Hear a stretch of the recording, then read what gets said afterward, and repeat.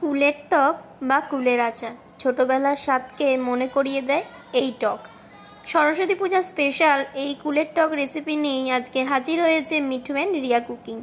কুলের টকেতে 1 চামচ এই স্পেশাল মশলাটা দিয়ে দিলে কুলের টকের স্বাদ কিন্তু অনেক গুণ বেড়ে যায়। আজকে সেটাই তোমাদের সাথে শেয়ার করব। চলো দেখে নেওয়া যাক আজকে আমাদের রেসিপি কুলের টক। এই কুলের টক বানানোর জন্য প্রথমেই দরকার হবে কুল।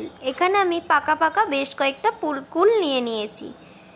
তোমরা যতটুকু পরিমাণ বানাবে ঠিক ততটুকু পরিমাণ কুল এখানে তোমরা নিয়ে নেবে। প্রথমে কুলগুলোকে জলের মধ্যে ভালোভাবে বেশ কয়েকবার ধুয়ে নিতে হবে, যাতে কুলের গায়ে থাকা কোনো নোংরা জলের মধ্যে ধুয়ে যায়। কুলগুলোকে জল থেকে তুলে নিলাম। এবার আমরা বানাবো সেই স্পেশাল ভাজা মশলাটা। এই মশলাটা আগে বানিয়ে নিলে খুব সুবিধা হয়। তোমরা কিন্তু এই মশলাটাকে বানিয়ে স্টোর করে রেখে দিতে পারো। যখন কোনো চাটনি বা কোনো টক বানাবে তখন কিন্তু এই মশলাটা ব্যবহার করবে, স্বাদ কিন্তু বহুগুণ বেড়ে যাবে। তার জন্য এখানে নিয়ে নিয়েছি একটা শুকনো লঙ্কা, গোটা জিরে আর গোটা মৌরি।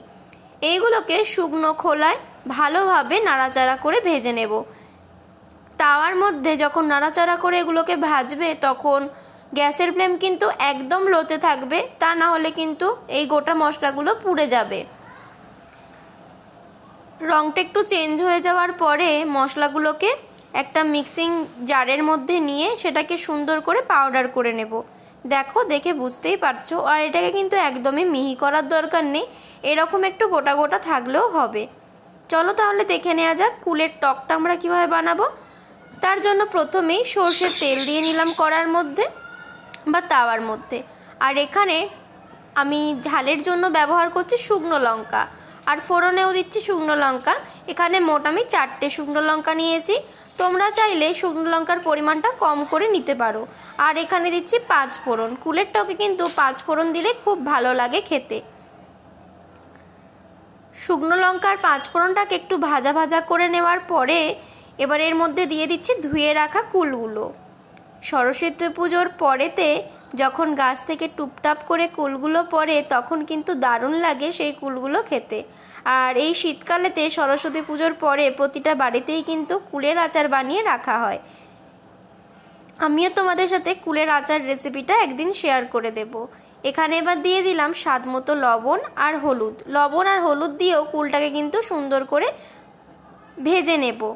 এটা ভাজতে একটু টাইম লাগবে। ফার্স্টে লবণ আর হলুদটাকে ভালোভাবে মাখিয়ে নিচ্ছি কুলের মধ্যে, দিয়ে একটা ঢাকা চাপা দিয়ে এটাকে 2 থেকে 3 মিনিট মতো ভালোভাবে ভেজে নেব। ফিরে এলাম 2 থেকে 3 মিনিট পর। তোমরা দেখে বুঝতেই পারছো কুলটা এখন কতটা পরিমাণে নরম হয়ে গেছে। সরস্বতী পুজোর পরে কিন্তু কুল খেতে হয়, এরকম একটা নিয়ম আছে। যদিও এর বৈজ্ঞানিক ব্যাখ্যাও আছে যে কুল পাকে না সরস্বতী পুজোর আগে, অর্থাৎ মাঘ মাসের আগে, তার জন্য কুল খেতে নেই। এখানে আমি চিনি দিয়ে দিলাম। তোমরা এর পরিবর্তে গুঁড়ো ব্যবহার করতে পারো। আর চিনিটা দেওয়ার সাথে সাথে কিন্তু জল দিয়ে দিতে হবে, তা না হলে কিন্তু চিনিটা নিচে বসে যাওয়ার চান্স আছে। চিনিটা ভালোভাবে গলে যাওয়ার পরে এটাকে ঢাকা চাপা দিয়ে 5 মিনিট রান্না করে নিতে হবে, যাতে কুলটা ভালোভাবে সিদ্ধ হয়ে যায়। ফিরে এলাম 5 মিনিট পরে। দেখো, ঢাকনা খুলে তোমাদেরকে দেখাচ্ছি কুলটা কিন্তু এখন ভালোভাবে সিদ্ধ হয়ে গেছে। এরকমভাবে খুন্তির সাহায্যে প্রেস করলেই দেখবে কুলটা কিন্তু গলে যাচ্ছে। আচ্ছা, কার কার মনে আছে তখন ছোটোবেলাতে অনেকে বলতো যে সরস্বতী পুজোর আগে কুল খেলে কিন্তু পরীক্ষার রেজাল্ট ভালো হবে না।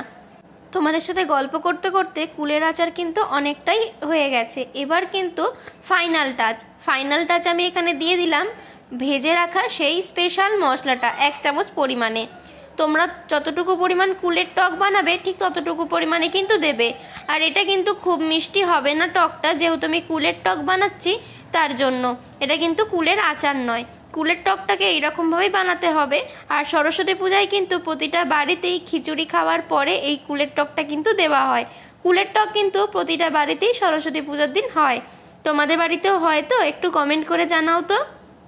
আর কুলের টকটার স্বাদ কিন্তু সত্যি অন্যরকম। তোমরাও কিন্তু বাড়িতে এই রকমভাবে কুলের টক বানিয়ে খাবে, খুবই ভালো লাগে খেতে।